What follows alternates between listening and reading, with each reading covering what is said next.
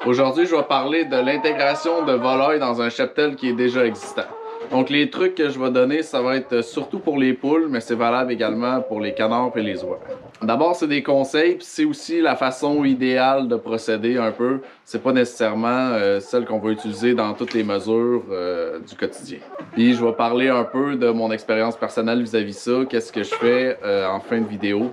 La première des choses à réfléchir lorsqu'on veut intégrer des nouvelles volailles dans son cheptel existant, c'est d'abord d'un point de vue biosécurité. C'est-à-dire que ce qu'on veut, c'est pas introduire des nouveaux parasites, on veut pas non plus introduire des nouvelles maladies. Bref, on veut que notre cheptel se porte bien et on veut que les nouveaux arrivants aussi s'intègrent bien à l'ensemble des volailles existantes. Ce qu'il faut faire en premier lieu, c'est vraiment laver comme il faut ses bottes. Ses bottes ou ses souliers. Généralement, ce qui est utilisé, c'est des bottes d'eau, les fameuses bottes à vache, comme on appelle au Québec, parce que ça se lave très bien, ça se nettoie très bien. Donc, ce qu'on fait, c'est, on procède en premier lieu à un décrassage.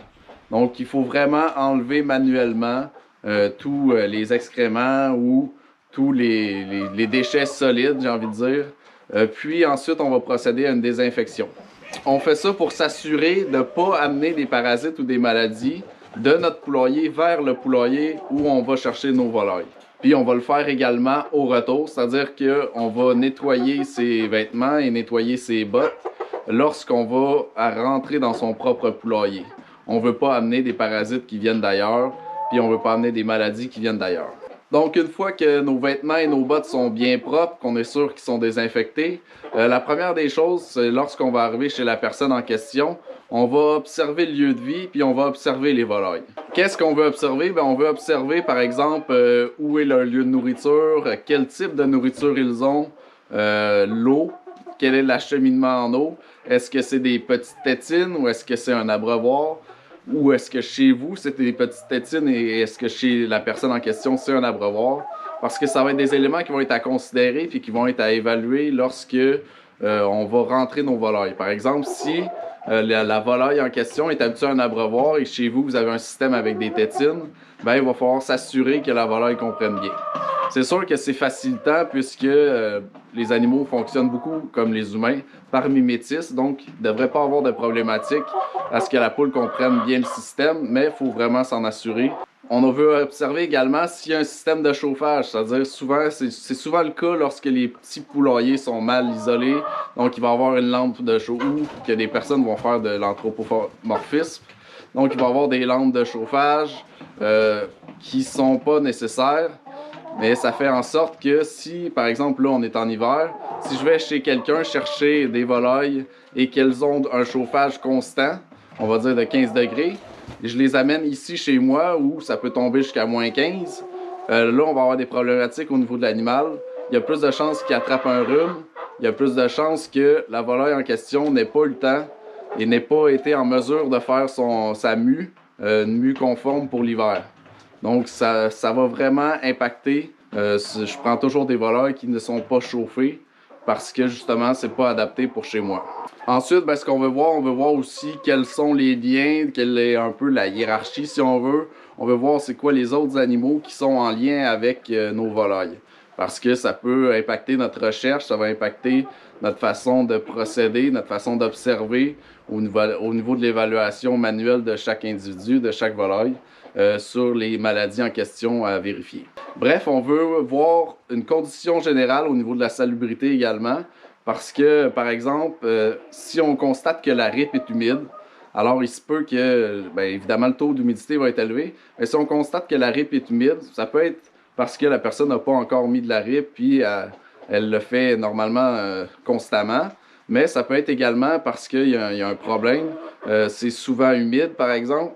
On va être donc plus porté, lors de notre évaluation manuelle de chaque volaille, à procéder à une observation plus complète au niveau des pattes, à vérifier, par exemple, la gale des pattes, puis tous les éléments qui peuvent être en lien avec un haut degré d'humidité dans un poulailler.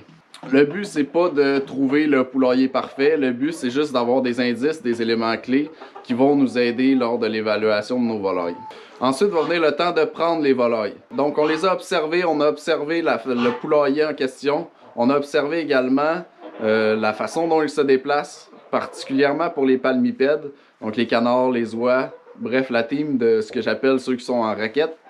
On a observé leur déplacement, surtout pour les palmipèdes, parce que les palmipèdes sont plus fragiles au niveau des pattes, donc ils ont plus tendance à boiter. Ça, il faut observer ça naturellement si on veut pas se retrouver avec un animal qui a déjà des problématiques. Donc, une fois qu'on a pris le temps de bien observer les volailles, on va également observer soit nous lorsqu'on prend la volaille ou la personne qui va la prendre. C'est pas normal, en fait, qu'une personne ait de la facilité à prendre une volaille. Que ce soit un canard, une oie, une poule, à moins qu'on soit dans un petit cheptel où il y a beaucoup de docilité, donc souvent c'est parce que la personne les prend tous les jours ou il y a un enfant qui va souvent les prendre, bref. À moins un cas de figure comme celui-ci, c'est pas normal d'avoir de la facilité à attraper une volaille.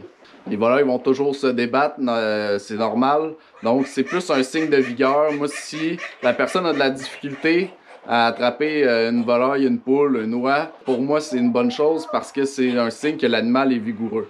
Chez moi, j'ai déjà eu, par exemple, une poule qui a eu un problème. C'était de l'anémie. Donc, ça se traduit, on va le voir au niveau de la coloration de la crête. Mais également, ça devient une poule qui est super facile à prendre. Il suffit de marcher lentement, sans faire de bruit, puis on se penche, puis on ramasse ça comme une roche. Donc ça, c'est vraiment pas normal, puis c'est à éviter lorsqu'on veut un cheptel en santé. Au niveau de l'inspection visuelle, de l'évaluation des volailles, moi je le fais un peu en 7 étapes. L'idéal, c'est, on commence d'abord par les yeux. Comme pour les humains, c'est quand même facile de voir si un animal est en bonne santé au niveau des yeux, une bonne santé générale. Donc, il y a des maladies, beaucoup de maladies ont des symptômes assez flagrants qu'on peut déceler au niveau des yeux. Je vais vous en mettre des noms juste là. Puis, ce qu'on recherche, ben, c'est évidemment des yeux qui sont vifs, alertes, donc pas mi-fermés. Bref, vous comprenez ce que je veux dire. On veut un animal qui est vif et qui est alerte. Après les yeux, on va se diriger vers les narines. On va regarder s'il n'y a pas un blocage, s'il n'y a pas un écoulement. Ça peut être signe d'un rhume, ça peut être, il y a diverses symptomatiques liées à ça. Après les narines, ben, on s'en va directement au bec. Donc, on va aller vérifier si le bec est bien formé. Parce que, bon, c'est facile à déceler, mais on a souvent des becs qui se traduisent un peu comme un X, j'ai envie de dire. Donc, la volaille va avoir beaucoup de difficultés au niveau de l'alimentation. Une fois qu'on a procédé à l'inspection du bec, on va aller vérifier la crête. Donc, pour ce qui est de la crête, ben, ce qu'on veut regarder, c'est la coloration, évidemment. Alors, c'est normal qu'en hiver, comme là en ce moment, que les crêtes soient plus pâles qu'en été ou en automne. Bref, des températures plus chaudes. Mais c'est pas normal que la crête soit vraiment, j'ai envie de dire, blanche. T'sais, de très faible coloration. Là, il se peut que ça soit un signe d'anémie. Donc, si la poule a, par exemple, une crête qui est très pâle, si on a observé au préalable qu'elle avait de la difficulté à se déplacer, qu'elle était facile à prendre, ben là, on peut considérer que c'est probablement un problème dû à une certaine forme d'anémie. Donc, c'est pas nécessairement quelque chose qu'on recherche à intégrer dans notre poulailler. On va également procéder à une vérification au niveau est-ce qu'il y a eu des gelures. Donc, en hiver, on peut les voir très bien. Généralement, c'est la pointe de la crête qui va être gelée, qui va être noircie. Mais ça peut être également le signe d'une gelure passée. Donc, ce morceau-là va tomber à l'été et ou au printemps. Et on va avoir une crête qui va être plus unie, qui va être égale. Alors, pour ça, c'est important de savoir la race puis le croisement. Parce que si on est censé avoir une belle crête pointue et qu'elle ne l'est pas, ça peut être parce que la personne a fait un croisement ou ça peut être parce qu'il y a eu une gelure. Au niveau des pattes, ben, on va regarder sous la patte puis on va regarder la patte en général. Donc, est-ce qu'il y a présence de gale? Est-ce qu'il y a présence de bumblefoot?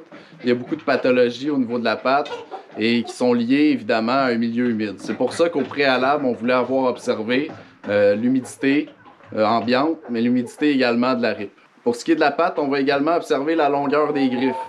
Les poules, c'est moins vrai pour les canards et les oies. Les canards et les oies, leurs griffes poussent plus rapidement, mais les poules, généralement, si on fait un élevage et qu'on fait un renouvellement au bout de 3 ans, 3-4 ans, on n'a pas vraiment besoin de procéder à la taille des griffes.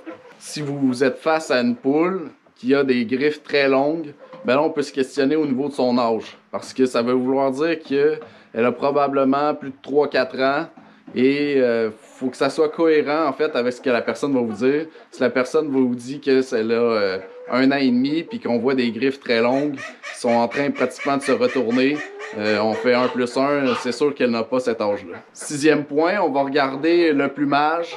Donc, on va ouvrir un peu le plumage, on va regarder s'il y a présence de parasites, s'il y a présence de poux. On va également vérifier si, on le voit très bien, s'il y a un manque de plumes au niveau du postérieur. Donc ça, c'est plutôt normal s'il y a présence d'un coq. Ça veut dire que souvent, c'est la préférée du coq. Ça peut être intéressant d'un point de vue œuf d'incubation, c'est-à-dire que cette poule-là se fait facilement monter. Donc, c'est une poule qui est réceptive pour l'accouplement. Et donc, c'est une poule qui peut être intéressante au niveau de l'incubation d'œufs. On va prendre des œufs, on est pratiquement assuré qu'ils vont être fertiles. Au niveau du plumage, on va ensuite se diriger, dernier point, vers le postérieur. Ce qu'on veut, c'est pareil comme chez les humains, on veut un beau cul propre.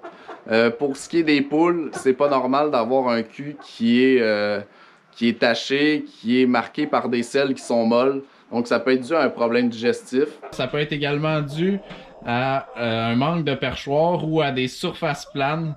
Donc, les poules vont favoriser les surfaces planes aussi pour se coucher, particulièrement en hiver. Donc, ils vont se blottir et ça fait en sorte qu'elles vont salir davantage leur postérieur, mais également leurs pattes. Évidemment, beaucoup de problématiques comme celle-ci peuvent se régler à la maison, puis ça peut être de passage. Mais c'est intéressant de savoir dans quel état est notre poule. Pour ce qui est des oies et des canards, eux, ils ont des selles beaucoup plus molles. Donc, c'est normal qu'il y ait, j'ai envie de dire, un cul qui est plus sale. Donc, un plumage qui est plus coloré par les fientes, parce que les fientes sont souvent liquides. Ce qui traduit en fait une mauvaise hygiène au niveau du derrière des canards et des oies. C'est plus, est-ce qu'il y a ou non un point d'eau qui vont pouvoir s'immerger et se laver. C'est vraiment ça qui va faire la distinction, qui va faire la différence entre une oie et un canard qui a les fesses propres et un autre qui ne les a pas. Une fois qu'on a choisi nos volailles, c'est important, mais qu'on a inspecté manuellement, c'est important d'avoir un moyen de transport qui est adéquat. Et pour ça, c'est simple. Ce qu'il faut prendre en considération, c'est l'aération. Vraiment, point central. Et si on fait des longs trajets, un petit point d'eau, quelque chose pour qu'ils puissent s'abreuver. Mais je vous dirais, le point vraiment primordial, c'est l'aération. Donc, ça peut être tout simplement des boîtes de carton avec un grand trou et du grillage agrafé. Ça peut être des cages de transport de poules, des cages de transport de volailles. Il y a également des formats plus grands pour ce qui est des cages de transport au niveau des dindes ou des oies. Ça peut être également une remorque fermée ou une boîte de camion, une boîte de pick-up fermée. Donc pour ça, ce qui est important, c'est de mettre soit une couverture, bref, un couvert qui va faire en sorte que vos animaux ne vont pas glisser, ils ne vont pas se blesser lors du transport. Évidemment, il faut adapter sa conduite, je pense pas que j'ai besoin de vous le dire, mais il faut adapter sa conduite aux moyens qu'on a utilisés, mais au fait qu'on a des animaux en arrière. Une fois qu'on est arrivé chez soi, donc désinfection, décrottage au niveau de tout ce qui est les bottes, puis on change de vêtements, si on doit passer à l'intérieur de son propre poulailler. Si on est à l'extérieur, il n'y a pas de problème puisqu'il n'y a pas de contact. Mais ce qu'on va faire, même si les animaux nous semblent en bonne santé, c'est qu'on va procéder à un isolement préventif de minimum 30 jours. Autrement dit, une quarantaine, on n'est pas obligé de faire 40 jours, 30 c'est suffisant, ça peut être un peu moins. Ça, c'est selon la place que vous avez, mais également selon l'expérience que vous avez, selon ce que vous constatez, s'il y a aucune problématique. Bref, c'est selon votre jugement. Ce qui est important, c'est qu'il n'y ait aucun contact avec vos volailles existantes et également de ne pas utiliser les mêmes bottes pour traverser d'un côté à l'autre ou aller voir vos nouvelles volailles et vos anciennes, puisqu'il peut y avoir une transmission de maladies. Lorsqu'on a isolé nos volailles pendant 30 jours, nos nouvelles volailles, on va également vérifier. Puis si on constate qu'il y en a une qui se dégrade, qu'il y a une problématique avec une, on va immédiatement l'isoler pour pas qu'il y ait contamination au niveau du même groupe existant. Le but, ben, c'est de déceler la maladie, c'est de s'assurer qu'il n'y a pas d'animaux qui étaient porteurs d'une maladie contagieuse et qui n'allaient pas immédiatement impacter sur l'ensemble de la santé de notre poulailler. Donc, on veut laisser aux symptômes le temps de se produire, le temps de se mettre en place, de les identifier, de les traiter. Donc, on veut vraiment, c'est pour ça qu'on favorise environ 30 jours, c'est pour être assuré que le cheptel est en santé. Ensuite, ben, ce qui est proposé, ce que personnellement je fais pas vraiment, surtout parce que je fais très peu d'intégration de nouvelles volailles. Moi, j'intègre plus particulièrement des coques, puisque je fais un renouvellement de ma génétique avec un changement de coque et non un nouvel arrivage de poules. Ceux que j'intègre, c'est surtout des canards et des oies. Donc, la façon de procéder, c'est en présentiel. En fait, c'est d'avoir un grillage qui va interposer, qui va faire une barrière physique, mais qui va intégrer un visuel, qui va intégrer une habituation entre votre cheptel existant et le cheptel que vous voulez intégrer. Le but de tout ça, c'est de diminuer les comportements agressifs, c'est de faire ce qu'on appelle un phénomène d'habituation. C'est que les animaux s'habituent à la présence d'autres volailles, qu'ils s'intègrent petit à petit dans la conscience collective de votre poulailler. Donc, suivant la diminution des comportements agressifs, ce qu'on va faire, c'est qu'on va intégrer l'animal de nuit. Il faut toujours l'intégrer de nuit, de soir. Bref, il ne faut pas qu'il y ait de lumière apparente. Et on va éviter absolument d'allumer l'intégralité du poulailler si votre poulailler est électrifié. Ce qu'on veut, c'est vraiment allumer des petites portions et on va déposer, dans le cas des poules, sur les perchoirs, les volailles qu'on veut rentrer, qu'on veut faire accepter. Moi, j'ai pour habitude de les disperser. Donc, je vais tasser quelques poules, je rentre une nouvelle volaille entre eux. Je vais vraiment essayer de les faire fondre dans la masse. Ce qui est important, c'est que les volailles que vous allez intégrer soient proportionnelles aux volailles qui sont existantes dans votre poulailler, dans votre cheptel. C'est-à-dire, ce que je veux dire par là, c'est que si vous avez environ 10 poules, ben, faut pas rentrer une seule poule. Il faut en rentrer au moins 3. Donc, 3, 4. Donc, moi, par exemple, ici, j'ai 23 poules. Si je rentre une seule poule, même si je fais une présentielle en grillage interposé, il risque d'avoir des problématiques. C'est certain qu'elle va être beaucoup plus à risque de manger moins, de boire moins et d'être au fin fond de la hiérarchie au niveau des volailles. Aussi, s'il y a des humains qui sont racistes, les poules sont 100% racistes. Il y a vraiment une grosse différence au niveau de l'appréciation, au niveau des couleurs, du plumage. Si on rentre une poule blanche parmi 25 brunes, c'est certain qu'elle va se faire tabasser. Donc, l'inverse aussi, c'est important qu'il y ait un groupe pour qu'ils se protègent un peu, qui assure leur survie. Au niveau du poulailler, qu'est-ce qui peut être intéressant, c'est la présence de chicanes de bois, donc de demi-murs, comme par exemple ici.